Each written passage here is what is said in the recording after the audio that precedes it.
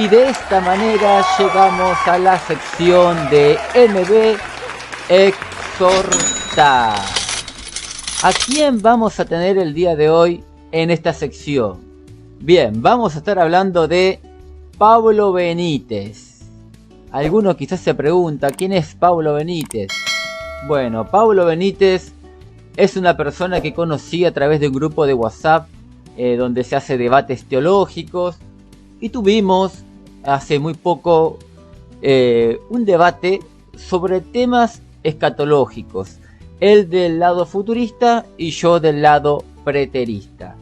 Yo sé que al programa lo escuchan muchas personas, ya que tenemos bastantes suscriptores en el canal. Si no me equivoco, 451 suscriptores al día de hoy. Y sé que hay muchas personas que ni siquiera conocen lo que es el futurismo, no conocen lo que es el preterismo. Bien, bueno, un resumen corto. El futurismo es la teología que coloca Mateo 24, las señales antes del fin, y Apocalipsis en un contexto futuro. Es decir, que no se ha cumplido, que se va a cumplir en el futuro. En cambio, la postura preterista, que en pocas palabras, preterismo significa que se ha cumplido en el pasado. El preterismo coloca los acontecimientos de Mateo 24 y Apocalipsis en el pasado. Pero hay dos clases de ramas en el preterismo. Una, el preterismo total, y otra, el preterismo parcial. Ahora vamos a dar una pequeña definición de ambas posturas y cuál es su diferencia. Bueno, a este varón lo conocí en el grupo y él hizo un video hablando en contra de la postura preterista, que por cierto nosotros hemos hecho una serie de Mateo 24 y también conectando Mateo 24 con Apocalipsis, la cual vamos a continuar mostrando evidencia externa y evidencia interna de que el libro de Apocalipsis, parte del libro de Apocalipsis se ha cumplido en el pasado, y que el libro de Apocalipsis tiene una fecha temprana, es decir, en el 64 aproximadamente, en el reinado de Nerón, y no en el reinado de Domiciano, que lo colocan en el año 95 aproximadamente. Pero eso más adelante, ¿sí? Más adelante. Bueno, les contaba que este varón ha hecho un video hablando en contra del preterismo, y él presenta algunos fundamentos que a mi punto de vista son muy débiles, y vamos a estar refutando cada argumento que él dio en ese video el día de hoy. Vamos a hacer como comentarios al video que él creó para decir que la postura que tiene este ministerio es una postura hereje, según lo que él dice en el video, y va a presentar argumentos, y nosotros de este lado vamos a estar refutando tales argumentos con las sagradas escrituras, ¿sí? Yo ya les dije a ustedes que el futurismo es muy conspiranoico, especula siempre, desde hace mucho tiempo vienen especulando que el anticristo es fulano, que el anticristo es mengano, y que va a venir en tal fecha y en tal fecha no viene, como Armando Alducin afirma en algunos videos que ha hecho, y esa es la locura del futurismo. Vamos a ver qué nos dice este varón, que considero que es un hermano en la fe, un hermano en Cristo, a pesar que tenemos esta diferencia escatológica, pero con la Biblia se debería solucionar. Pero esto también depende de la humildad que tengamos en el corazón y hasta dónde estamos dispuestos a renunciar a lo que no es bíblico, ¿no? Sin importar que quedemos como unos malos maestros ante la iglesia, si es que sos pastor, sin importar que tu renombre quede mal visto porque te has equivocado en la interpretación. Por eso que necesitamos mucha humildad para reconocer los errores doctrinales y cambiar. Es difícil cambiar las posturas doctrinales cuando ya no han inculcado cierta doctrina, cierto adoctrinamiento en nuestras iglesias.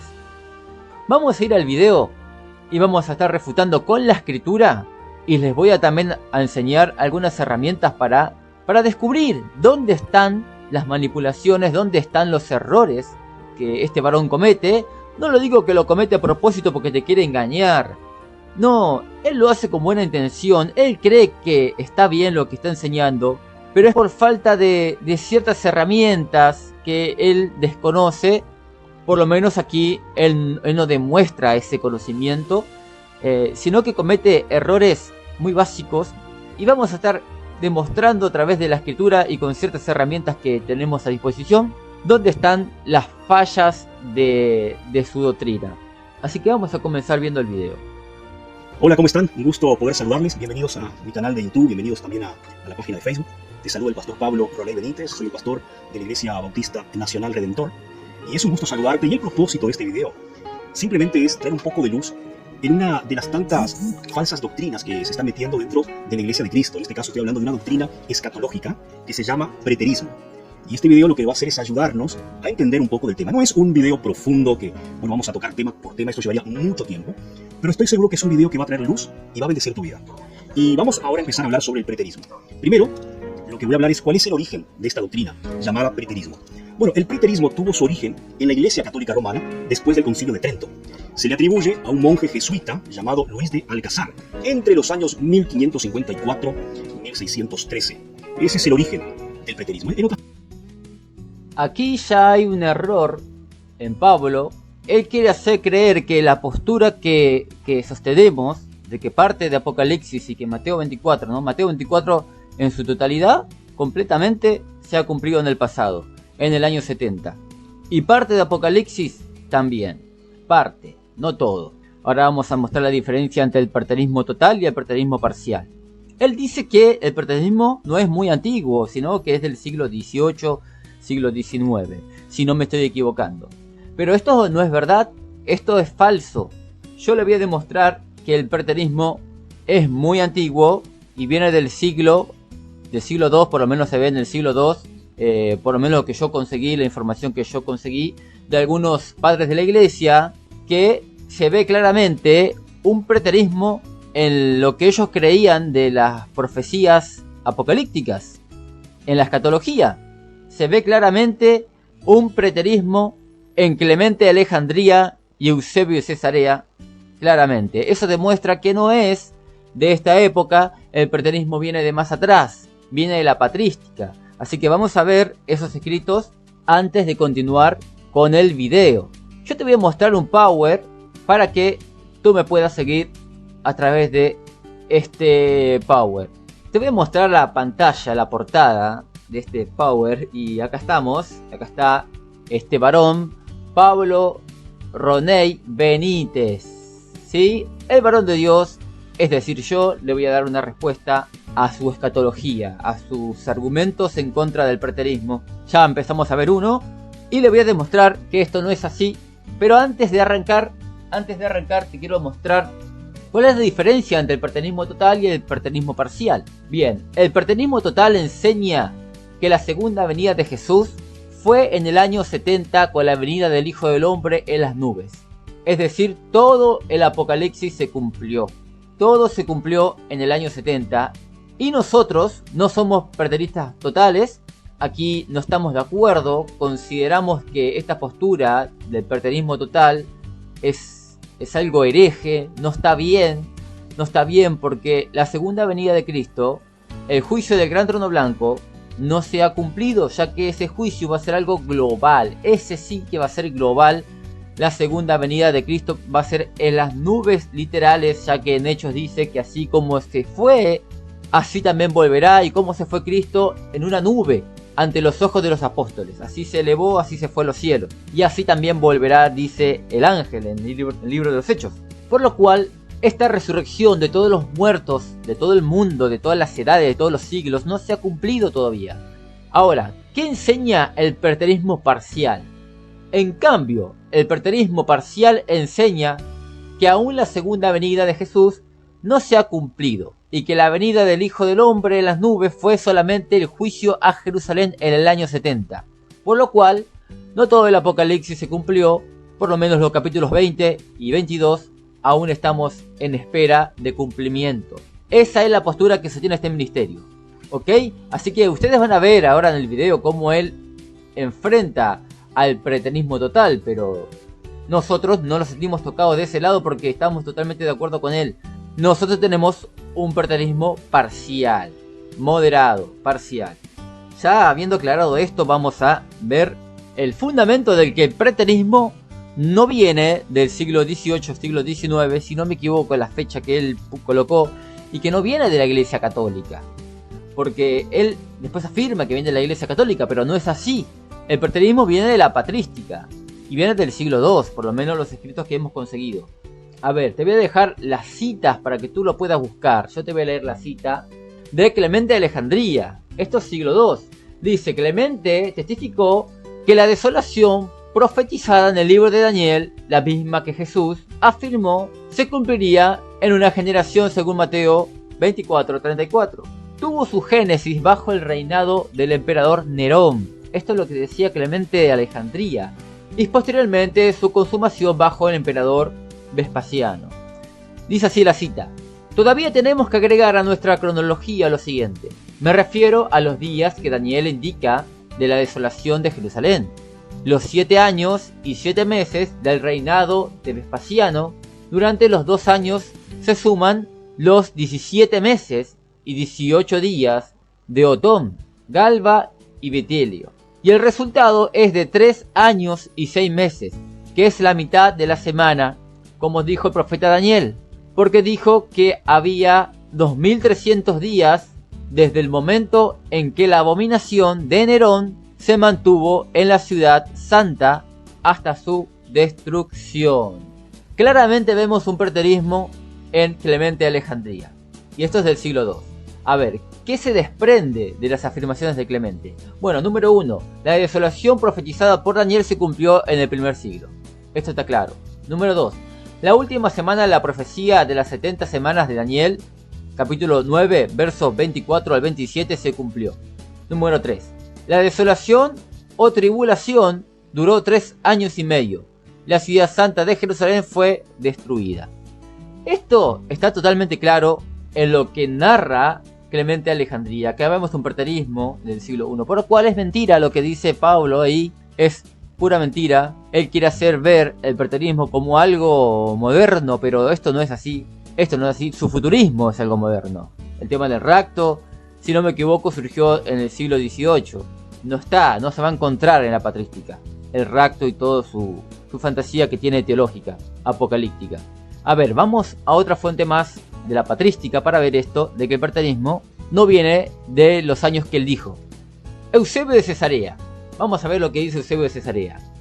El historiador temprano de la iglesia, Eusebio de Cesarea, tomando como base la historia ofrecida por Flavio Josefo, un sacerdote judío y testigo ocular de la destrucción del templo y Jerusalén, concluye de la misma manera que Clemente de Alejandría. Eusebio concluyó que la abominación de desolación narrada por Daniel tuvo cumplimiento histórico en la gran rebelión judía contra Roma en el año 70 después de Cristo.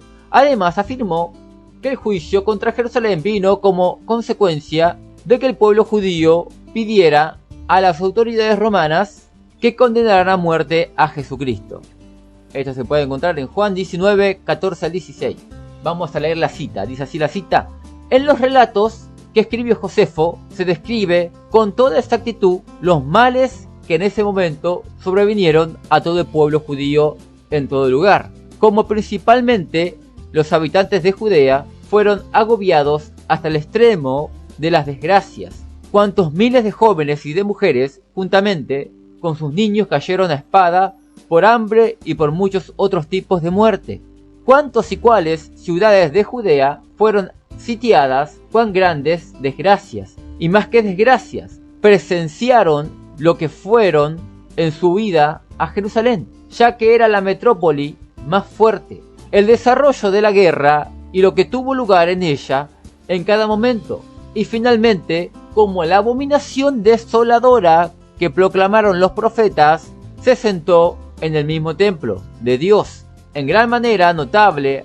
antiguamente, y entonces sufrió todo tipo de destrucción hasta su desaparición final por el fuego. Merece la pena señalar que el mismo autor afirma que los procedentes de toda Judea se apiñaron en los días de la fiesta de la Pascua en Jerusalén, como en una prisión, usando sus propias palabras, fueron enredados de 3 millones Era preciso, pues, en los mismos días en los que había llevado a cabo la pasión de Cristo de Dios, bienhechor y salvador de todos, que como encerrados en una prisión recibieran el azote que les daba alcance viniendo de la justicia divina. Así pues, dejando aparte los acontecimientos que les sobrevinieron y cuántas veces fueron entregados a espada o de diversos modos, solo me ha parecido oportuno mostrar las desgracias originadas por el hombre, a fin de que los que obtengan este escrito vean parcialmente cómo les daba alcance al poco tiempo el castigo procedente de Dios por causa de su crimen cometido en contra del Cristo de Dios. Vemos claramente que Eusebio también creía que la abominación desoladora profetizada por Daniel y también dicha por Cristo en Mateo 24 tuvo cumplimiento en el siglo I. Esto está claro, vemos un preterismo en algunos padres de la iglesia, por lo cual no es verdad lo que Pablo afirmaba. Vamos a continuar con el video. En otras palabras, el preterismo es una doctrina cuyo origen es dentro de la Iglesia Católica Romana. Bueno, eso no es verdad, ya lo acabamos de demostrar, eso no es verdad. Ustedes tienen que escuchar las dos campanas cuando alguien viene a querer hablar cierta cosa, afirmar cierta cosa. Uno tiene que ser honesto con la gente. En este caso, Pablo no fue honesto con la gente. Él dijo lo que le convenía, o quizá me equivoque, ¿no? Quizá no sabía, no tenía la menor idea del que el preterismo tiene un origen antiguo, del siglo II. Pero vamos a ver en el transcurso del video que él no es honesto con la gente, porque no da toda la información que debería dar, da lo que le conviene, ¿no? Así que bueno, vamos a seguir viendo el video. Las personas que siguen esta doctrina, lo que están haciendo es seguir una doctrina católica. Vamos a seguir hablando. ¿Qué enseña el preterismo? ¿Cuál es la enseñanza? Bueno, enseña muchas cosas, pero básicamente el movimiento preterista enseña que todas las profecías del Nuevo Testamento, del fin de los tiempos, se cumplieron en el año 70 después de Cristo, cuando los romanos atacaron y destruyeron el templo. Ellos creen que Mateos 24 y Apocalipsis ya se cumplieron totalmente, ¿no? Bien, bueno, esto es lo que le estaba diciendo. Él está hablando a preteristas totales. En este caso, yo no soy preterista total, yo soy preterista parcial. En este punto estoy de acuerdo con él. Esto no está bien, lo que enseña el preterismo total no está bien. Pero bueno, vamos a seguir viendo lo que afirma. Entonces para ellos todas las profecías referentes a la venida de Cristo ya están cumplidas, ya es historia y no hacen parte de la teología o de la escatología actual. No hay que esperar ninguna venida de Cristo, no hay que estar preparado, pero en definitiva para ellos ya se. Entonces para el preterismo todas las profecías de Mateos 24 ya se cumplieron en el año 70.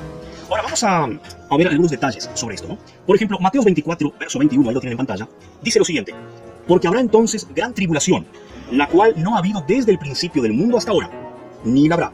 En otras palabras, lo que Cristo está diciendo acá, que la tribulación que precede su venida va a ser tan intensa, va a ser tan fuerte, que en la historia pasada, antes de Cristo, nunca hubo una tribulación tan fuerte como esta. Por otro lado, la misma palabra que hizo Gallé, con negrita dice, y ni la habrá después. O sea, la tribulación va a ser tan fuerte que no hubo en el pasado, pero tampoco habrá una tribulación tan fuerte en el futuro. La pregunta que tenemos que hacernos es la siguiente, ¿no? Antes y después del 70, después de Cristo, ¿existió una tribulación mayor que la del 70? Porque según el preterismo, esto se refiere a la tribulación del año 70. Entonces, si Cristo dijo que no habrá una tribulación, ni hubo una tan fuerte como esta, la pregunta que tenemos que hacernos es, ¿hubo una tribulación mayor que la del 70? Y la respuesta es muy obvia. Cualquier persona que sabe de historia, cualquier persona que tiene un conocimiento de Biblia, sabe. Por ejemplo, antes de Cristo hubieron muchas persecuciones y tribulaciones peor que la del 70, ¿no? Pero, por ejemplo, para dar un ejemplo bien fuerte, ¿no? El diluvio no fue un evento y no fue una tribulación mayor que la del 70. Murió toda la humanidad, a excepción de la familia de Noé. Eso fue tremendo, ya superó ampliamente todo lo que pasó en el 70. Pero después del 70, ¿hubo alguna otra tribulación tan fuerte? Porque Jesucristo dijo, ni lo habrá. O sea que no habrá otra tan fuerte como la del 70. Hay que conocer un poco de historia, mis amados. La Primera y la Segunda Guerra Mundial fue, pero infinitamente superior a la tribulación del 70. Solo en la Segunda Guerra Mundial se calcula que murió alrededor de unas 40 millones de personas. O sea, ni se compara con lo que se vivió en el año 70, ¿no? Entonces, esa profecía no se cumplió.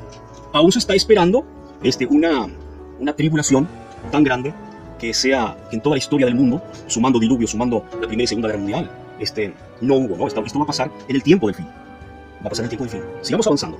Bueno, ustedes lo escucharon bien. ¿Qué ejemplos pone él? No pone dos ejemplos: la tribulación de Noé y la tribulación que ocurrió en la Segunda Guerra Mundial. Les quiero mostrar la pantalla nuevamente. Bien, tenemos un título acá que dice Error en la audiencia. Esta persecución tenía como presa a los cristianos creyentes en Jesús, por lo cual no es apropiado poner como ejemplo pasadas tribulaciones donde la persecución fue solo a una familia, por ejemplo a Noé, o la masacre a los judíos en la Segunda Guerra Mundial, los cuales no eran creyentes en Jesús.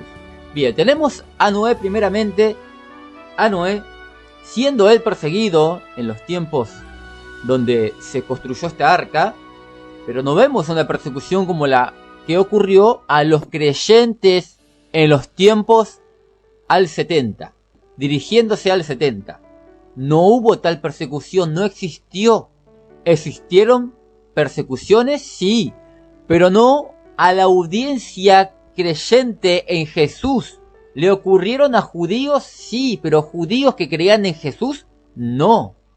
En la Segunda Guerra Mundial, ¿habría un judío mesiánico? Podría ser que sí, pero esa persecución no fue a los cristianos. Fue al pueblo judío, que la gran mayoría no creía en Jesús. Por lo cual, no es apropiado poner esos ejemplos. Si le dejaríamos seguir hablando a Pablo Benítez, te pondría también la guerra de Ucrania con Rusia. Te pondría esos ejemplos, porque él asocia la tribulación y se olvida de la audiencia. Esta persecución era de hijos de Dios, creyentes en Jesús. ¿Hubo persecuciones más grandes en el mundo? Sí que hubo, pero no a creyentes, hijos de Dios, como la que hubo en tiempos de Nerón, dirigida al año 70. Por lo cual es un error en la audiencia que comete nuestro hermano Pablo. Vamos a llamarle hermano porque yo considero que es nuestro hermano. Solamente que tiene errores doctrinales. Bueno, a ver, les quiero poner un ejemplo de que no hubo una persecución igual a la que ocurrió en el año 70, ya que dijo que ni la habrá, dijo Cristo. Tradicionalmente se creía que la persecución de gran magnitud fue la de Domiciano, pero habiendo estudios nuevos, se descubrió que la persecución de Domiciano no encaja ni siquiera con lo que anuncia Apocalipsis, por lo cual ahora está en dudas si en los tiempos de Domiciano hubo tal persecución como se creía, porque el libro de Apocalipsis lo colocan en el tiempo de Domiciano, ¿no? Pero hoy en día se duda de eso. Y un historiador, Justo González, aclara esto en su libro, lo afirma en su libro. Él dice lo siguiente en su libro, Cómo leer Apocalipsis. Él dice: tradicionalmente se ha pensado que cuando el Apocalipsis fue escrito, los cristianos sufrían bajo la persecución severa del emperador Domiciano, frecuentemente descrito como un megalomaníaco que no podía aceptar el que los cristianos y los judíos se negaran a adorarle como un dios. Hoy hay dudas, dice Justo González, que por cierto es el historiador favorito de Pablo.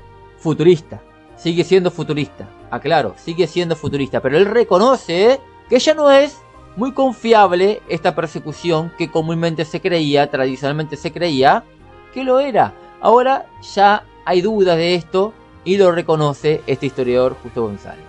Por lo cual lo debería también reconocer Pablo, pero no. En el debate que tuvimos no lo reconoció. Pero bueno, su historiador dice lo siguiente: hoy hay dudas entre los historiadores acerca de si este cuadro de Domiciano, que nos ha llegado mayormente a través de sus enemigos y de los defensores de la dinastía que le sucedió, es fidedigno.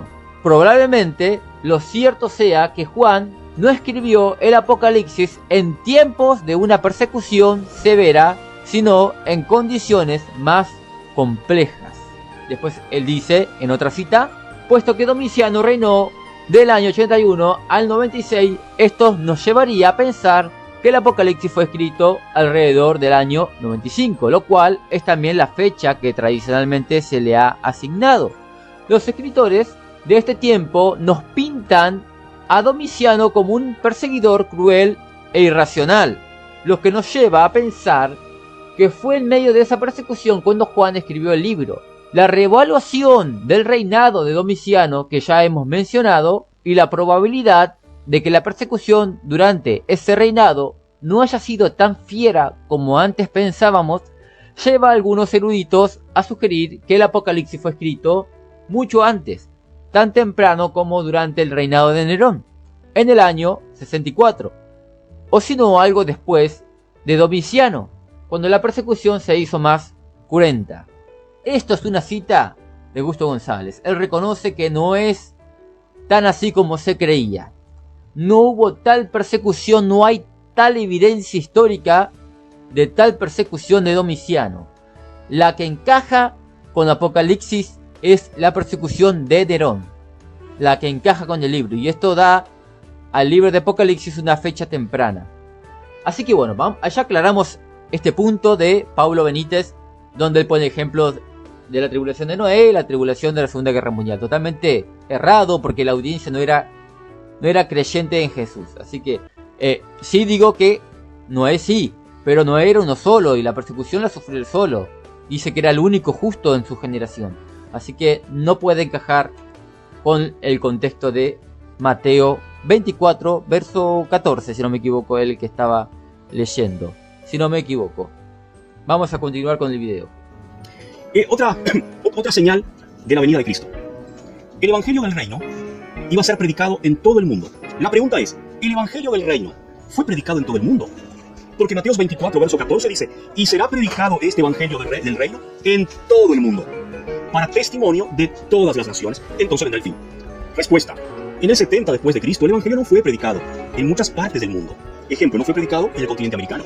Porque ¿cuántos saben que aquí en América habían pueblos y civilizaciones y lenguas que nunca escucharon hablar del Evangelio del Reino?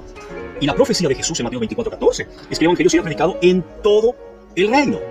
Y si aquí en América hubieron pueblos, civilizaciones, personas creadas por Dios que no escucharon el mensaje del Evangelio, es obvio que Mateo 24 no se cumplió en el 70. Sigamos avanzando. Bueno, acá se está aproximando al precipicio mi querido hermano Pablo, porque tenemos gran fundamento para refutar esta mentira o este engaño o esta interpretación errada que él está dando al texto. Ustedes lo escucharon. Él dice que esto no se cumplió porque en el año 70 no llegó el Evangelio a todo el mundo, por lo cual esto se va a cumplir en el futuro. Esto que está aquí en Mateo 24:14 es para el futuro. No puede ser que esto se haya cumplido porque el Evangelio no llegó a todo el mundo. Eso es lo que él afirma, ¿sí? Bueno, ahora él en el video va a poner la postura preterista, la respuesta que da el preterismo a este versículo. Vamos a ver. Los preteristas suelen argumentar, y eso es importante, que Mateo 24:14 no se refiere en realidad a todo el mundo, sino solo al mundo conocido por los apóstoles, dejando el resto de la humanidad fuera del alcance de la profecía bíblica. Cuando tú le dices eso, pero para un poquito, aquí en América hubieron mucha gente contemporánea a Jesús y que vivían en el 70, que nunca escucharon hablar del Evangelio. En Filipinas, en tantas latitudes del mundo, había pueblos que nunca escucharon hablar del Evangelio. Y ellos te dicen, bueno, era porque la profecía, aunque dice todo el mundo, en realidad no se refiere a todo el mundo, sino a la parte del mundo que los apóstoles conocían, dejando así millones de personas fuera del alcance del Evangelio. Ahora, la pregunta que tenemos que hacer, la pregunta honesta que tenemos que hacernos es la siguiente. ¿Será válido bíblicamente ese argumento de los preteristas? Que Mateo 24 no se refiere a todo el mundo, aunque el texto sí dice todo el mundo, sino a la parte del mundo que los apóstoles conocían. Bueno, para eso nosotros necesitamos buscar la respuesta en la Biblia. Y cuando nosotros examinamos textos con una expresión similar a la de Mateo 24:14, queda claro que el mundo se refiere a la totalidad de la tierra y no solo a parte de ellas, como afirman los preteristas. Vamos a ver un ejemplo bíblico. Segunda de Pedro capítulo 3 verso 6 dice, por lo cual el mundo entonces fue destruido, siendo inundado con agua. Es la misma expresión de Mateo 24:14. El mundo fue destruido por agua. La pregunta que tenemos que hacernos es la siguiente. ¿Será que solo la parte del mundo conocida por Noé fue destruida por agua? Por supuesto que no. Todo el mundo fue destruido por las aguas del diluvio.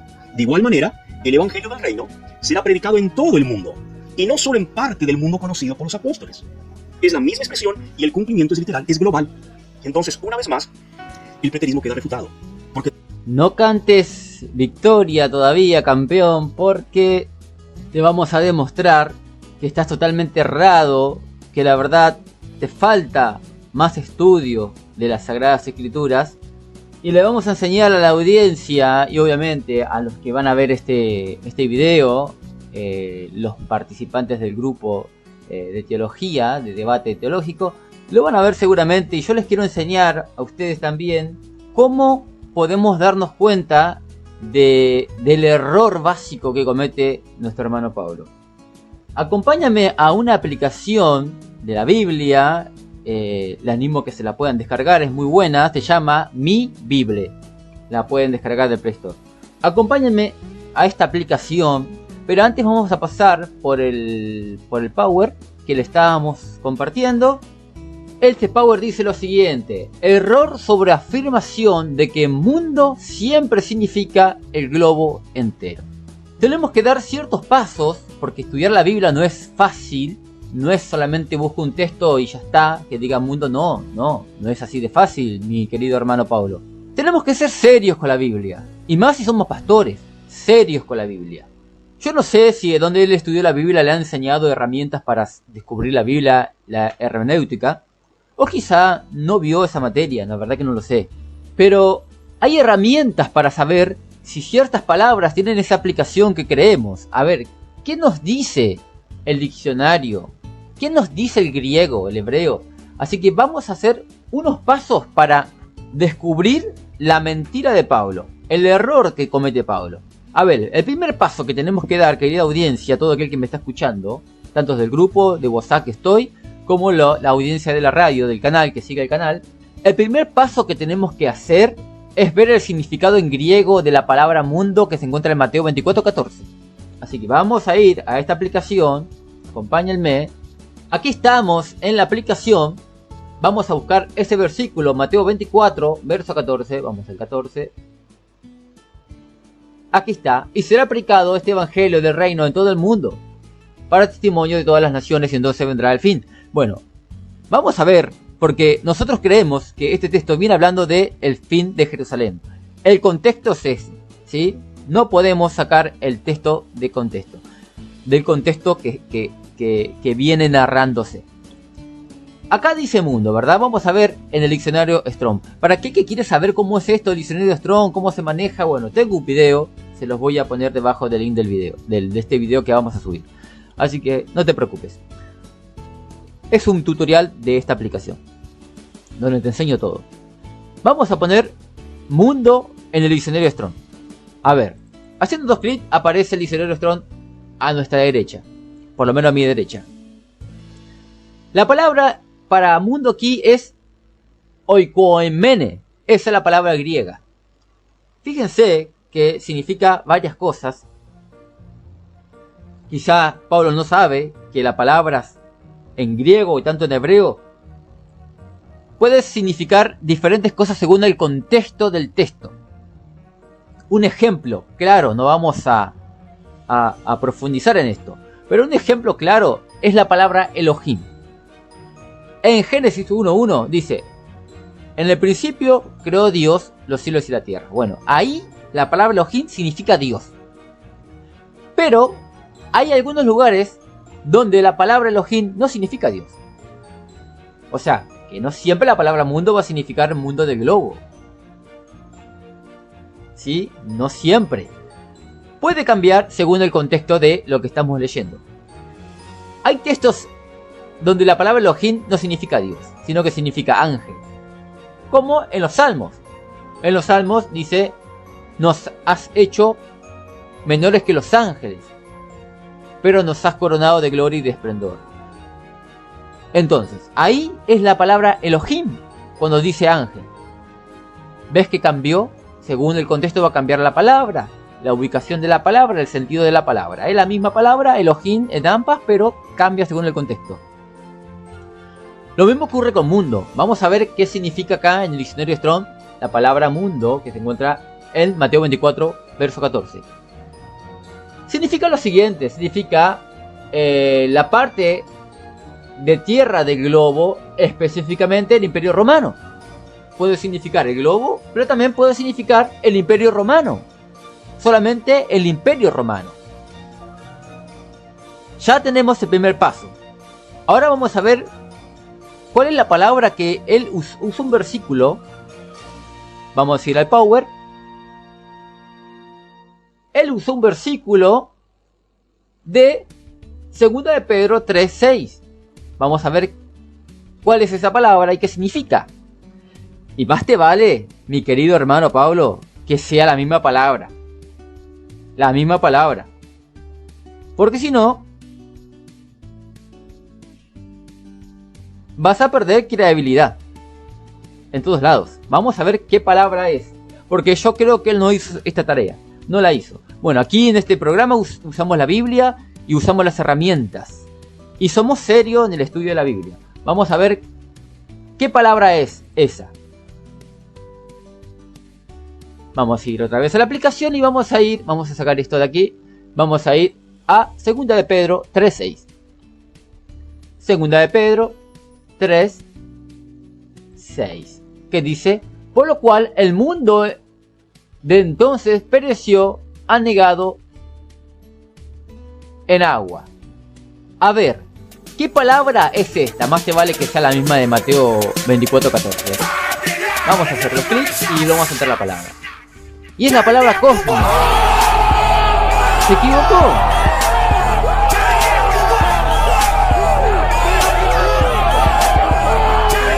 ¿Ustedes ven? ¿Se equivocó? A ver, ¿qué significa esta palabra cosmos? Bueno, esta palabra está más asociada al mundo, claro, al mundo entero, pero la otra está asociada al Imperio Romano también. O sea, puede ser la parte del Imperio Romano, pero esta es el mundo entero. ¿Ven? Que por no ser serio en las escrituras se cometen errores y engañamos a la gente. Hay que ser honesto y hay que ser serios. Serios con la palabra de Dios. Pasa que este varón no sabe cómo estudiar las escrituras, parece. Solamente se deja llevar por comentarios, por libritos de comentarios. ¿Qué otro paso tenemos que hacer para ir descubriendo el engaño y el error de la doctrina de Pablo Benítez? Vamos a volver al Power. Dice: tercer paso, ver diferentes versículos con la palabra mundo de Mateo 24:14 y averiguar si puede cambiar su significado a un mundo que solo abarque un territorio y no al globo. A ver, vamos a ver la evidencia bíblica. Alguno quizás se pregunta: ¿y cómo buscamos eso? Yo te voy a enseñar. Yo te voy a enseñar cómo hacer esta tarea. Vamos a volver a Mateo 24:14. Aquí está. Vamos a poner la palabra mundo, que nada que ver a la palabra que aparecía en 2 de Pedro 3:6. Nada que ver. Vamos a hacer una cosa ahora. Vamos a buscar todos los textos de la Biblia donde aparezca esta palabra. Y a ver qué aplicación tiene según el contexto.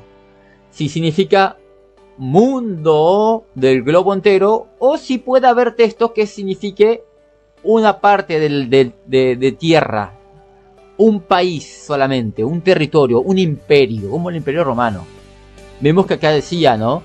Específicamente el Imperio Romano. Solamente el Imperio Romano, no va más allá. ¿Y cuál era el Imperio Romano de los tiempos de Cristo? Obviamente todo Israel estaba conquistado por Roma. Así que si hablamos de Judá, hablamos de Judea, de la Judá del siglo I, todo eso abarca el Imperio Romano. Nosotros decimos que Cristo manda a predicar su evangelio solamente en el Imperio Romano, que obviamente es Israel. ¿Sí? Es Israel. No van al mundo entero. Y esto se cumplió en el siglo I. Ahora lo vamos a demostrar con textos bíblicos después. Vamos a hacer esta tarea. Vamos a buscar todos los versos, todos los versículos donde aparezca esta palabra. Y vamos a ver los diferentes textos. Antes de hacer esa tarea, te quiero mostrar cómo traduce otras versiones de la Biblia. A ver, ¿cómo traduce la versión Biblia Textual edición 4? El verso 14 dice: y será proclamado en toda la tierra habitada. No dice mundo. No dice mundo. Dice en toda la tierra habitada. ¿Habitada en qué? Del tiempo de los apóstoles. Uno puede decir, no, pero habitada en todo el mundo. Bueno, acá vemos una diferencia. Acá traducen habitada, no traducen mundo. A ver, otra versión de la Biblia. Vamos a la versión israelita Nazarena 2011. Dice, proclamarán en toda la tierra habitada. No dice mundo. No lo dice. Bien, vamos a ver ahora esta palabra en toda la Biblia. A ver cómo traducen según el contexto esta palabra. Vamos a poner aquí, entramos a esta lupa que tiene una letra y vamos a ver todos los versículos. No son muchos, vamos a ver. Acá tenemos 7. A ver mi querido hermano Pablo, a ver si te podemos enseñar algo. Mateo 24, 14. Era el texto que hemos leído. Que acá dice mundo. A ver. En Lucas 2.1 dice lo siguiente. Aconteció en aquellos días que se promulgó un edicto de parte de Augusto César. Augusto César solamente era emperador rey de Roma. No del mundo global. Después dice.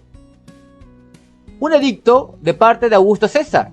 Que todo el mundo fuese apadronado. ¿Cómo que todo el mundo? ¿Que él era rey, emperador de todo el mundo? No, de Roma.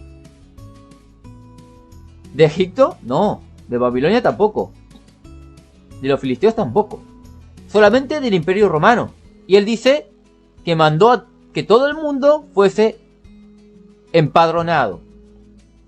¿Ustedes qué creen? ¿Que cuando acá dice mundo se refiere al globo? ¿O se refiere solamente al Imperio Romano? Vamos a ver diferentes traducciones que nos van a mostrar con exactitud a qué se refiere cuando dice mundo. Obviamente con el contexto te das cuenta que significa solamente el Imperio Romano, pero vamos a ver otras versiones, a ver cómo traduce. Vamos a ir a diferentes versiones, vamos a ir a Dios habla hoy. ¿Qué dice Dios habla hoy?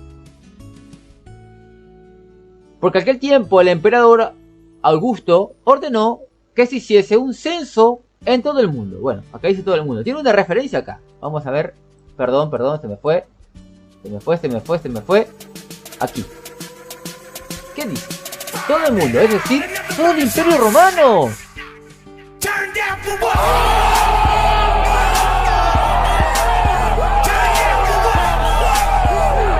¿Ves, campeón? Que estás equivocado. Que la palabra mundo en el Evangelio de Mateo 24:14 se está refiriendo o puede ser referida, que no es una herejía, no es un error, que puede ser que se esté refiriendo al Imperio Romano, y te lo voy a demostrar con un texto después, con un texto bíblico, pero vamos a estudiar la palabra. Esa palabra, Aikonmenek, si no me equivoco que era esa, también significa solamente el Imperio Romano, papá. Ahí tienes claro el texto. A ver, vamos a otro versículo más. A ver, otra versión de la Biblia. Acá te pone un comentario, a ver. Y dice eso. Vamos a ir a otra versión de la Biblia. Vamos a la palabra de Dios para todos. ¿Qué dice? Todo el mundo habitado. Todo el mundo habitado, dice. Va a otra versión. Vamos a ir a esta versión. Nueva Traducción Viviente 2009. ¿Qué dice? En esos días, Augusto, el emperador de Roma, decretó que se hiciera un censo en todo el Imperio Romano. Siamo fuori della Coppa. Un giorno tenemos que ser más serio estudiar la Biblia, È finita, ragazzi. Más serio. A ver, otra versión. Vamos a esta, Nueva Traducción Viviente. Esta es la 2019, obviamente va a decir Imperio Romano. También Imperio Romano dice. A ver, otra, a ver. Vamos a poner otra. A ver si tengo otra por aquí. A ver esta, versión de ahorita Nazarena. Todo el mundo habitado. Bueno, está claro que la palabra mundo también significa Imperio Romano. ¿Será que el Evangelio de Mateo 24, verso 16, verso 14, el 14 creo que era, cuando dice, ¿y será predicado este evangelio en todo el mundo?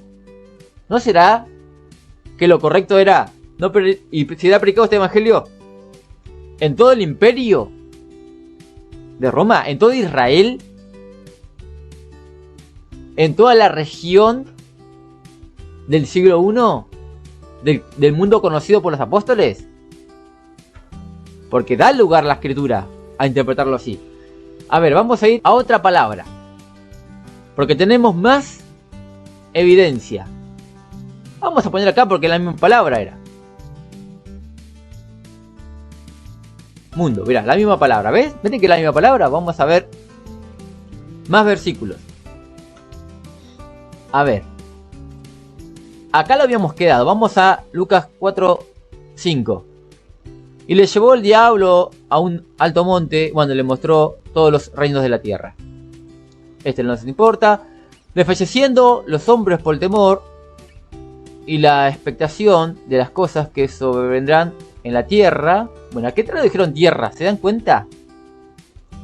Tradujeron tierra. A ver.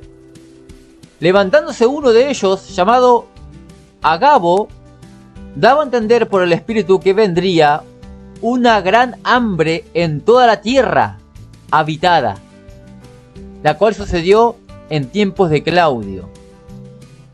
¿En dónde? ¿En toda la tierra? ¿En todo el mundo? Acá tradujeron tierra habitada. A ver, ¿dónde se refería esto? En toda la tierra habitada. A ver, ¿qué dice? Diferentes versiones. Vamos a esta, Dios habla hoy. Dice que iba a haber una gran hambre en todo el país. No en todo el mundo, no en todo el globo. Es la palabra que, la misma palabra. Aikoumene, la misma palabra. Pero acá los traductores dicen, no, esto se refiere a una parte solamente de la tierra. A ver otra versión. La palabra de Dios para todos. ¿Qué dice? Habrá gran escasez de alimento. Esta hambruna sucedió... Bueno, acá no lo dice. Acá sí. Y vendrá al mundo tiempos muy malos. Bueno, acá no dice nada. A ver, otra versión. La traducción viviente. Dice así. Y uno de ellos, llamado Agabo, se puso de pie en una de las reuniones y predijo por medio del Espíritu que iba a haber una gran hambre en todo el mundo romano. Siamo fuori. Siamo Romano, fuori della campeón. Coppa. Un giorno Esto se cumplió tristissimo. durante el reinado de È Claudio. finita, ragazzi. ¿Ven? Porque Claudio era emperador romano. Entonces, le hemos demostrado a Pablo de que estaba equivocado. De que sí hay textos que se traducen de esa forma. Él cita solamente el de Pedro, pero la palabra es otra, es cosmos. Está mal, está totalmente mal. Y le demostramos con evidencia contundente. ¿Sí? Contundente. Ahora, te quiero mostrar algo más. Vamos a seguir al Power nuevamente. A ver. Cuarto paso. Comparar Mateo capítulo 10 con Mateo capítulo 24. Ya que habla de la misma persecución. Para lograr ver alguna información que no brinda Mateo 24 verso 14. Algo más, porque nos puede dar un poco más de información. Fíjese lo siguiente, Mateo 24, capítulo 24, verso 13 al 14 dice: mas el que persevere hasta el fin, este será salvo. Fíjense cómo termina la palabra. Mas el que persevere hasta el fin, este será salvo. El 14 dice: y será predicado este evangelio del reino en todo el mundo. Vimos que puede existir la posibilidad de que se refiera solamente al imperio habitado por los apóstoles, el imperio romano, es decir, Israel. Israel estaba conquistado por Roma, es decir, Roma tenía el control de Israel, por lo cual el imperio romano era Israel. Entonces está la posibilidad, pero vamos a ver si hay más evidencia y tenemos más seguridad de que esto sea así. Con toda seguridad yo les puedo decir a ustedes que este versículo, todo el mundo, se refiere solamente al imperio romano. Fíjense lo que dice Mateo capítulo 10, versos 22 al 23. Fíjense, y seréis aborrecidos de todos por causa de mi nombre, mas el que persevere hasta el fin, este será salvo. Tal cual como lo dice Mateo 24, verso 13. Terminan igual. Este será salvo.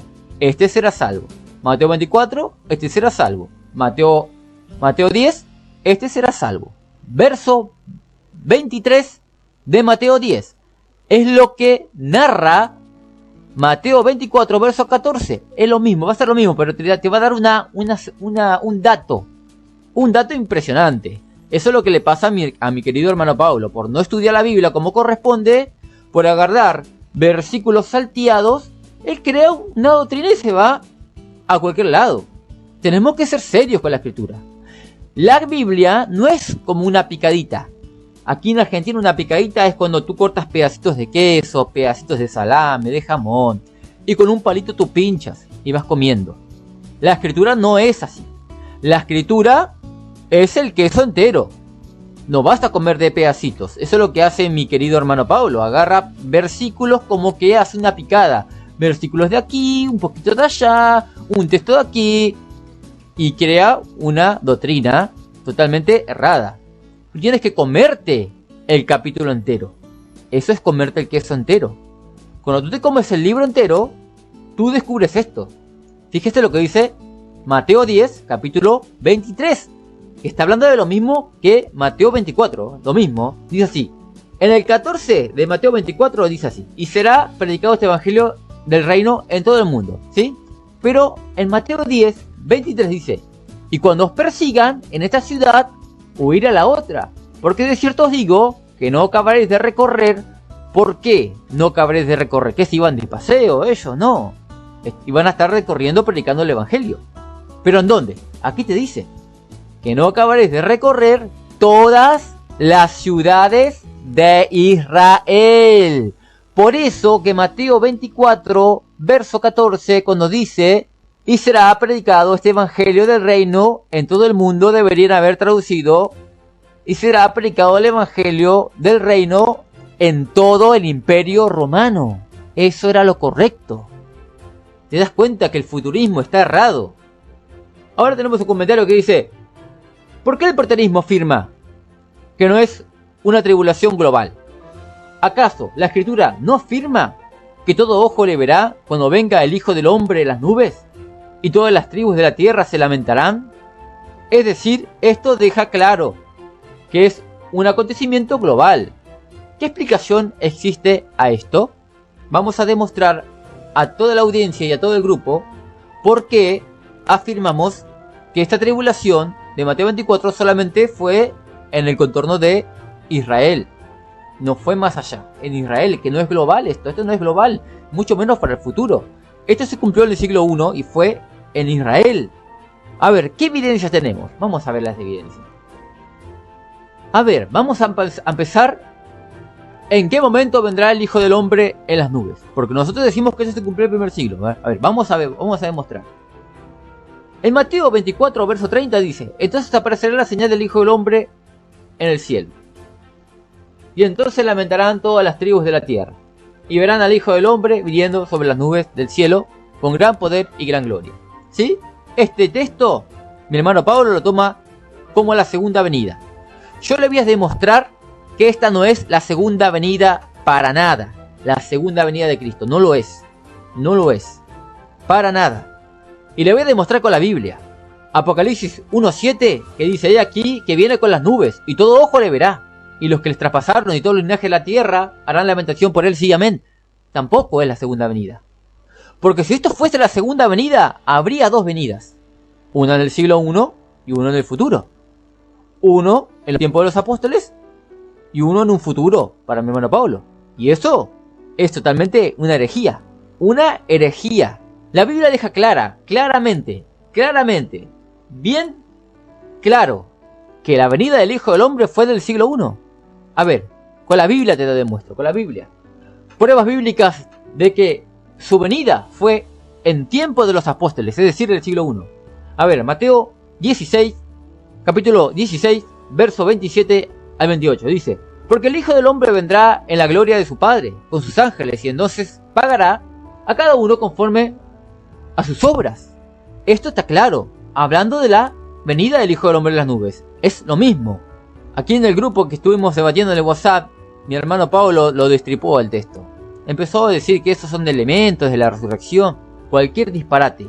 Hay un paso en la hermenéutica donde dice lo siguiente, que los textos claros están encima de los textos difíciles. Son textos claros, muy claros. Dice así, porque el Hijo del Hombre vendrá en la gloria de su Padre con sus ángeles, entonces pagará a cada uno conforme a sus obras. De cierto os digo que hay algunos de los que están aquí. ¿Quién es la audiencia? Los apóstoles. Dice que no gustarán la muerte, que no van a morir, que no van a llegar a morir, hasta que hayan visto al Hijo del Hombre viniendo en su reino. ¿Cuándo viene el Hijo del Hombre? En tiempos de los apóstoles, por lo menos algunos de los apóstoles, que estaban vivos para ese tiempo. Claramente vemos la venida del Hijo del Hombre del siglo I. Por eso que no puede ser la segunda venida, porque si no habría dos venidas, una en el siglo I y otra después del milenio. Es una locura. Esto es la venida en juicio a Jerusalén, está clara la Biblia. Muéstrame otra evidencia, varón de Dios. Bueno, Mateo 10, 23. Cuando os persigan en esta ciudad, huir a la otra, porque de cierto os digo que no acabaréis de recorrer todas las ciudades de Israel, ¿quiénes? Los apóstoles, antes de que venga el Hijo del Hombre. ¿Acaso hay dos venidas del Hijo del Hombre? No, una sola. Y esto fue en el siglo I, en tiempo de los apóstoles. Mateo 26, 63 a 64 dice, mas Jesús callaba. Entonces el sumo sacerdote le dijo, te conjuro por el Dios viviente que nos digas si eres tú el Cristo, el Hijo de Dios. Jesús le dijo, tú lo has dicho, y además os digo que desde ahora, le estaba hablando al sumo sacerdote Caifás del siglo I, que desde ahora veréis al Hijo del Hombre sentado a la diestra del poder de Dios y viniendo en las nubes del cielo. Esto se cumplió en el siglo I, fue la venida en juicio a Jerusalén, esto no es la segunda venida. Mi hermano Pablo toma textos de la venida en juicio a Jerusalén y los transforma, él piensa que habla de la segunda venida. No, papá, no, campeón. Esto claramente afirma y esclarece que cuando Cristo dijo en Mateo 24, verso 34, de cierto os digo que no pasará esta generación hasta que todo esto acontezca, se estaba refiriendo al siglo I. ¿Por qué? Porque Cristo en el verso 30 dice, habla de que el Hijo del Hombre va a venir en las nubes. Y el verso 34 termina diciendo esto. Y claramente hay 3 textos en la Biblia que afirman que esa venida del Hijo del Hombre era en el siglo I. Por lo cual, esta generación es la generación del tiempo de Cristo, del siglo I. Esto lo habrá dicho aproximadamente en el año 30 Cristo. Contemos, 40, porque una generación tiene 40 años. Cae en el año 70.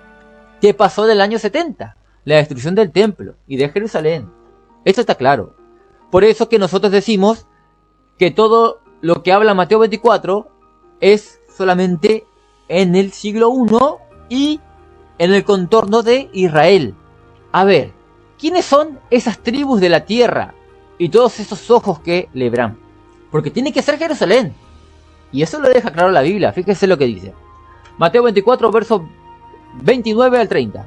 Dice, y inmediatamente después de la tribulación de aquellos días, el sol se oscurecerá, la luna no dará su resplandor, y las estrellas caerán del cielo, y las potencias de los cielos serán conmovidas. Esto es todo simbólico, eso es una profecía. Esto es el lenguaje profético que tenían los profetas del Antiguo Testamento, y Cristo usa el mismo lenguaje. Es un lenguaje profético, apocalíptico, simbólico. Eso es simbología, porque si fuese literal esto de que las estrellas caerán del cielo, ya hace rato el mundo estaría destruido, porque el mismo lenguaje usó Isaías y Ezequiel.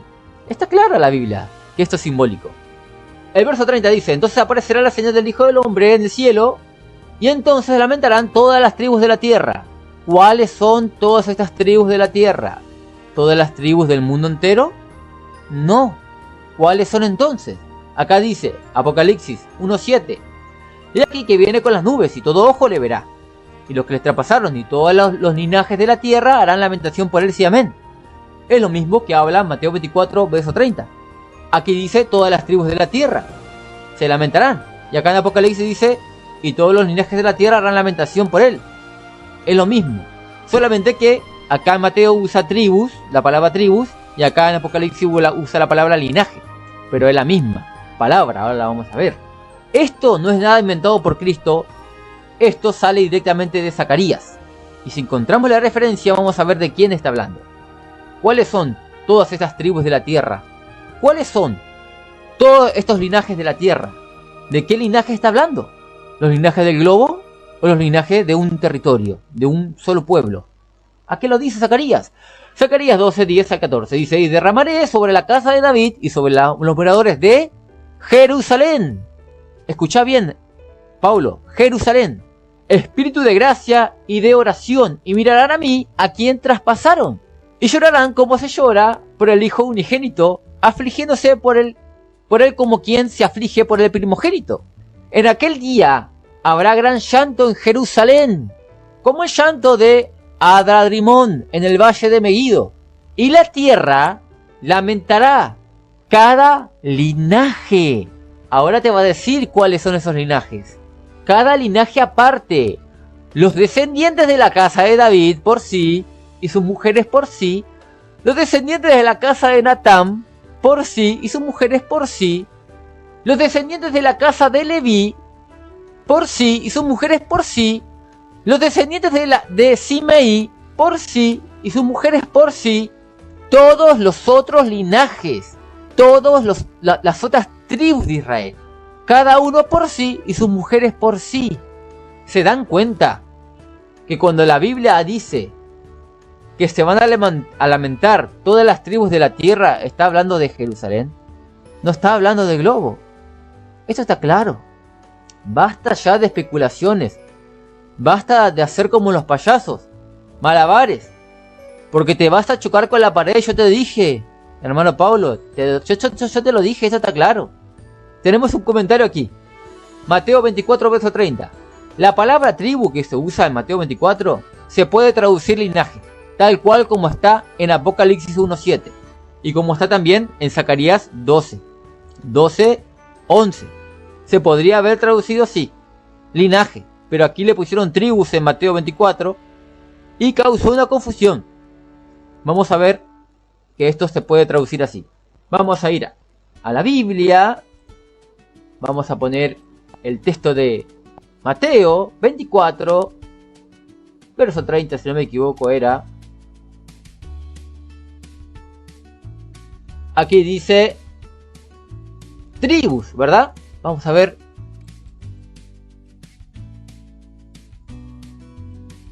Se me ha ido, vamos a ver cómo se puede traducir. Tribus, ahí está. La palabra se puede traducir linaje también. A ver si hay una palabra, un verso bíblico que le hayan puesto linaje en la Reina Valera. No vamos a encontrar. Vamos a ver acá. A ver.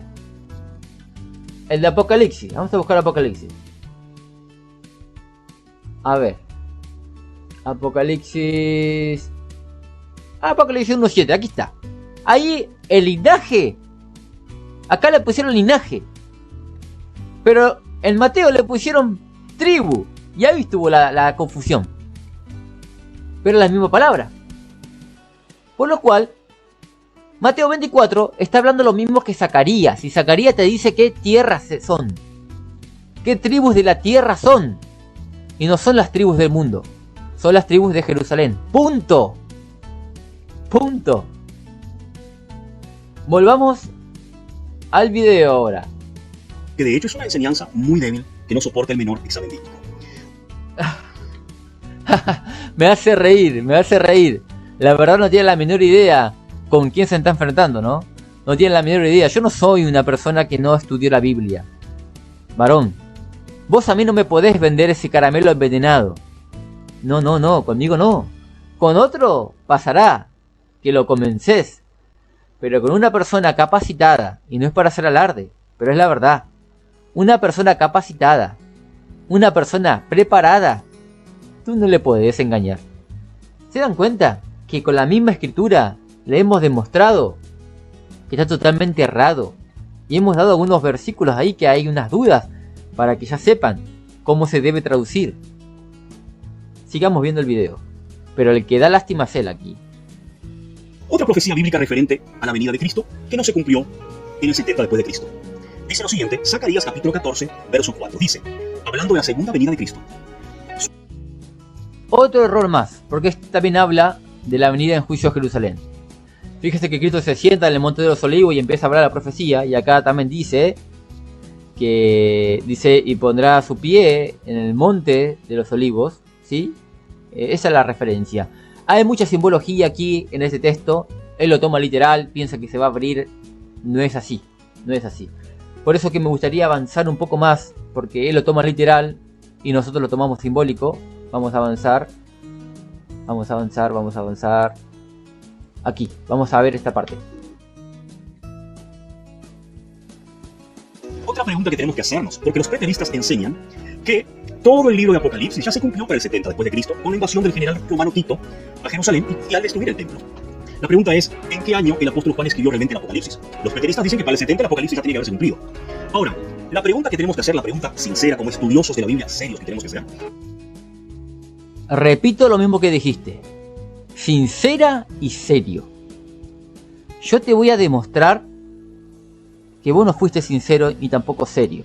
Ya no fuiste serio con lo que te demostramos aquí. Serio es esto, serio es esto. Es escudriñar, es buscar las herramientas que tenemos para estudiar la escritura y demostrar a la gente que no es como tú decías. Tú no fuiste sincero porque vas a dar una información y no vas a dar la que no te conviene. Vas a dar la que te conviene y la que no te conviene no. Y así estás engañando a la gente. Es un poquito mi bronca. Y por eso que hablo un poco así como con mucha violencia. Un poco de violencia. Es que no puedo aguantar la mentira y el esconder. El esconder la verdad. Porque la estás escondiendo. Ahora ustedes van a ver. Van a ver algo. Es, ¿en qué fecha la mayoría de los eruditos datan el libro de Apocalipsis? ¿Cuál es la fecha? La respuesta es, la mayor parte de los eruditos aceptan que el Apocalipsis fue escrito alrededor del año 95 y 96 después de Cristo. Juan explica en Apocalipsis 1:9 que se encontraba en la isla de Patmos debido a la predicación del mensaje de Jesús. Según Irineo, obispo de la iglesia de Lyon, Francia, y alumno de Policarpo, y Policarpo no es un dato menor, fue discípulo directo del apóstol Juan. Entonces, él dice, Irineo dice, discípulo de Juan, que escribió en el año, Irineo escribió sus cartas, escribió en el año 175 después de Cristo, y él explica que el exilio de Juan a Patmos era durante el reinado del emperador Domiciano, y esto fue entre el año 81 y el año 96. Entonces las evidencias históricas, simplemente nombre una por nombrarlas, muestran que el Apocalipsis se escribió entre el 95 y 96 después de Cristo. Claro que los preteristas acaban a poner el grito en el cielo, ¿por qué? Porque no encaja la fecha en su teoría, pero la evidencia aplastante de los eruditos, la evidencia histórica, es que el Apocalipsis se escribió alrededor del año 96. Es más, yo tengo una Biblia acá, que si nosotros buscamos la fecha en la cual se escribió el Apocalipsis, yo no sé si la van a poder ver ahí, pero la fecha data acá, que fue en el año 96 después de Cristo. Esa fue la fecha en que la mayoría de los eruditos aceptan que fue escrito, ¿no? Ahora, interesante aquí, ¿no? Normalmente los partidarios de esta doctrina, ellos van a decir que es probable que los defensores, y es probable, ¿no?, que los defensores del preterismo vayan a contraargumentar diciendo que Irineo era un obispo católico. Sin embargo, ellos no tienen problema en seguir una doctrina que también es católica, porque el preterismo es de origen católico. Bueno, ahí tenemos el error que ya cometió al principio, ¿no? El preterismo no es del catolicismo, no nace ahí. Puede ser que cierto varón haya hecho de forma formal la doctrina, que la haya especificado, la haya formalizado, pero el preterismo no viene de esa fecha, no viene por ese católico para nada. Viene ya desde el siglo II, lo vimos Eusebio de Cesarea y Clemente de Alejandría. Punto. Ahora, él dice que Ireneo de Lyon confirmó la fecha de Apocalipsis en el año 96-95. Vamos a poner la cita, yo le quiero mostrar la cita. La cita de Ireneo. Vamos a ir al Power. Y ya de aquí ya no vemos más el video ya, porque ya termina. Eso fue lo último que él expone. Vamos a ir al Power. Ahora vamos a pasar el tiempo aquí en el Power. A ver. La evidencia externa utilizada para sostener una fecha tardía del Apocalipsis se centra en una cita tomada de la obra titulada Contra los herejes, de Ireneo de León. Aquí está la cita. Pero aunque el nombre de Titán sea tan probable, a tal punto que muchos se preguntan si no se llamará así el que ha de venir, sin embargo, no correremos el riesgo de pronunciarnos acerca del nombre que habrá de llevar, pues sabemos que si su nombre debiera ser claramente proclamado, ya en el presente lo habría dicho aquel que lo previó en el Apocalipsis. Además, esta visión ha tenido lugar casi en nuestros tiempos, hacia final del imperio de Domiciano. Y aquí sale la fecha, ¿no? Bueno, ahí está la cita. Mira, ¿vieron que él dijo que la respuesta del preterismo es decir, no, ese escrito es de un católico? ¿Le vas a creer a un católico? O sea, él piensa que se van a defender así. Puede ser que alguno se defienda así, pero no estás frente a una persona desconocedora de la patrística. Yo te voy a refutar esto de una forma diferente.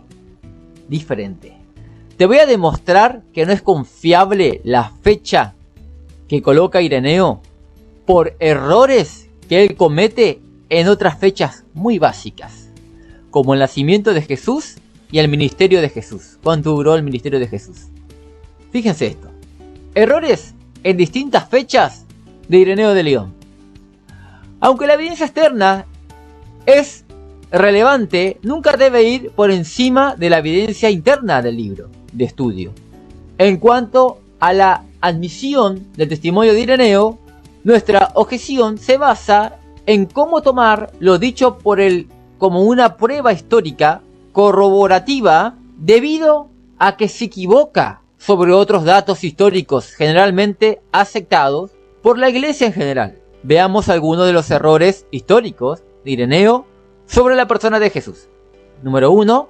La fecha del nacimiento de Jesús. Ireneo afirma que nuestro Señor nació alrededor del año 41 del reinado de Augusto. El reinado de César Augusto comenzó en enero del 27 a.C. Mateo 2:16 dice otra cosa. Dice así. Mateo 2:16 dice: establece que Jesús podría haber nacido hasta 2 años antes de la muerte de Herodes, lo que sugiere que su nacimiento ocurrió aproximadamente entre el año 6 y el 4 a.C. No obstante, esto no concuerda con la fecha establecida por Ireneo, lo que indica un error de unos 8 a 10 años. Más pruebas. Número 2. El tiempo del ministerio de Jesús, según Ireneo, el ministerio de Jesús comenzó cuando tenía 30 años y finalizó con su muerte a la edad de 50 años. Dicho de otra manera, sostiene que el ministerio de Jesús duró unos 20 años, cuando es académicamente aceptado que su ministerio público duró 3 a 3 años y medio. La cita de Ireneo dice así: por consiguiente, ni predicó solo 1 año, ni murió al 12º mes. El tiempo recorrido entre los 30 y los 50 años, de ningún modo puede ser 1 año, a menos que atribuyan unos años tan largos a los eones que están acomodados en los escalafones del pleroma, al lado del abismo, de los cuales el poeta Homero dijo, inspirado en la madre de su error, los dioses estaban sentados junto a Zeus, compartiendo sobre un piso de oro. Acá dice que su ministerio fue a los 30 y a los 50 años. Un error muy básico. ¿Cómo se puede equivocar con estas fechas? A ver, otra más. Error número 3. La edad en la que Jesús muere. Ireneo afirma que Jesús murió aproximadamente a los 50 años, apoyándose en Juan 8:57. Leo la cita. Los judíos que disputaban con el Señor Jesucristo dieron a entender claramente lo mismo. Pues, cuando el Señor le dijo, a Abraham vuestro padre se alegró al ver mi día, lo vio y se alegró. Ellos le respondieron, aún no tienes 50 años y has visto a Abraham. Esto se dice de una persona que ya ha cumplido los 40 y que sin haber aún llegado a los 50, sin embargo, ya no está en los 30. Porque si aún estuviera en los 30, le hubiesen dicho, aún no tienes 40 años. Es decir, él dice que tenía 40 años cuando los fariseos le dicen eso. Pues si ellos querían mostrarlo como mentiroso, no habrían entendido mucho la franja de la edad que adivinaban en él, sino que hablaban de una edad de la que estaban seguros, si es que conocían los registros del censo, o bien calculando por la edad que manifestaba, y así sabían que tenían más de 40, pero ciertamente que no tenían 30 años. Es en efecto impensable que ellos erraran con 20 años, si querían hacerlo ver más joven que los tiempos de Abraham. Ellos hablaban de lo que veían, y lo que veían no era una apariencia sino la verdad. No estaban pues muy lejos de los 50 años, y por eso le decían a uno tiene 50 años y has visto a Abraham. ¿Se dan cuenta los errores en la fecha que tiene Ireneo? Eso no te lo contó Pablo. Claro, no te lo va a contar, no le conviene para nada. Ese fundamento que él presenta ahí queda derrumbado, totalmente derrumbado, y es increíble y dudoso ya Ireneo. Si se equivocó con estas fechas, con la edad de Cristo, el ministerio de Cristo, el nacimiento de Cristo, ¿vos podés creer que haya acertado en la fecha de Apocalipsis? ¿Podés creerlo? A ver, ¿qué más tenemos? Ireneo no solamente hierra al decir que Jesús tenía aproximadamente 50 años cuando murió, también afirma que esto era lo que los presbíteros de Asia enseñaban porque lo habían escuchado directamente del apóstol Juan. Dice así: porque como todo mundo sabe, la edad adulta empieza apenas a los 30, cuando el hombre todavía es joven, y se extiende hasta los 40 años, y luego de los 40 a los 50. Va declinando hacia la vejez. Esta edad tenía el Señor cuando enseñaba, como dice el Evangelio y todos los presbíteros de Asia que vivían en torno a Juan. De él lo escucharon, puesto que éste vivió con ellos hasta el tiempo de Trajano. Dice que tenía esa edad cuando enseñaba. Claramente queda en duda Ireneo con los errores que tuvo. Totalmente en duda. Y tenemos la última diapositiva. Le vamos a demostrar a la audiencia que no había un consenso, que no todos estaban de acuerdo con Ireneo, con la fecha de Ireneo. Primero que es un mentiroso, primero que fallan las fechas, no es certero, no es seguro, no es creíble, porque fallan las fechas. Eso no te lo contó Pablo, no te lo va a contar. Y ahora vamos a ver que no había un consenso con esto. A ver, no existe un consenso sobre lo expresado por Ireneo. El comentario dice: es menester señalar que no existe un consenso sobre lo expresado por Ireneo, referente al tiempo en el que se escribió el libro de Apocalipsis.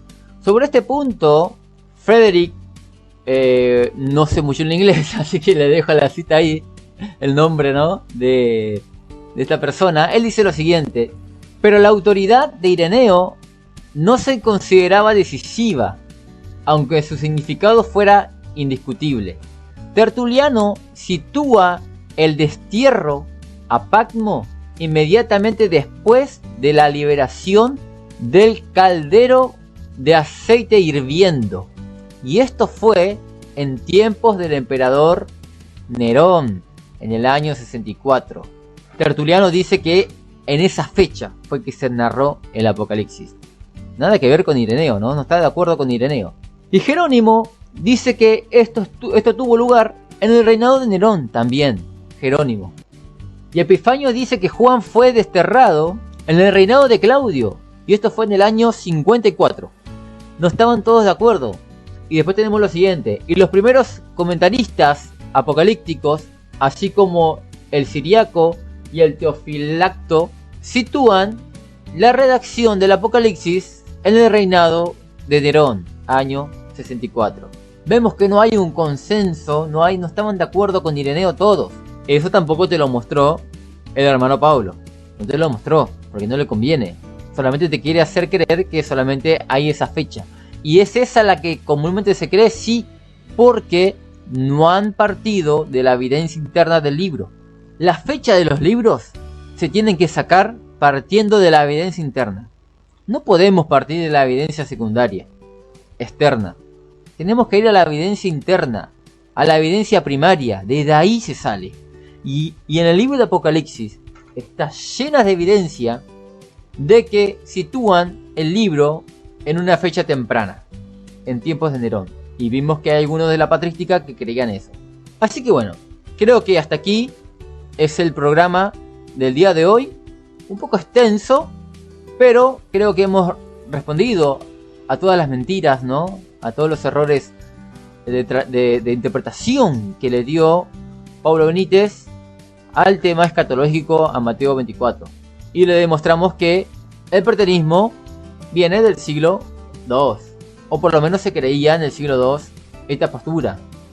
Consideraban Eusebio de Cesarea y Clemente de Alejandría que todo el tema apocalíptico se había cumplido ya, que no era cosa que teníamos que seguir esperando a cumplirse, sino que se había cumplido, y se cumplió con el Génesis de Nerón. Así que hasta aquí el programa del día de hoy. Nos estamos viendo en la próxima sección de MB Exhortar, tocando alguna mala enseñanza o algún falso profeta. Así que te voy dejando. Bendiciones.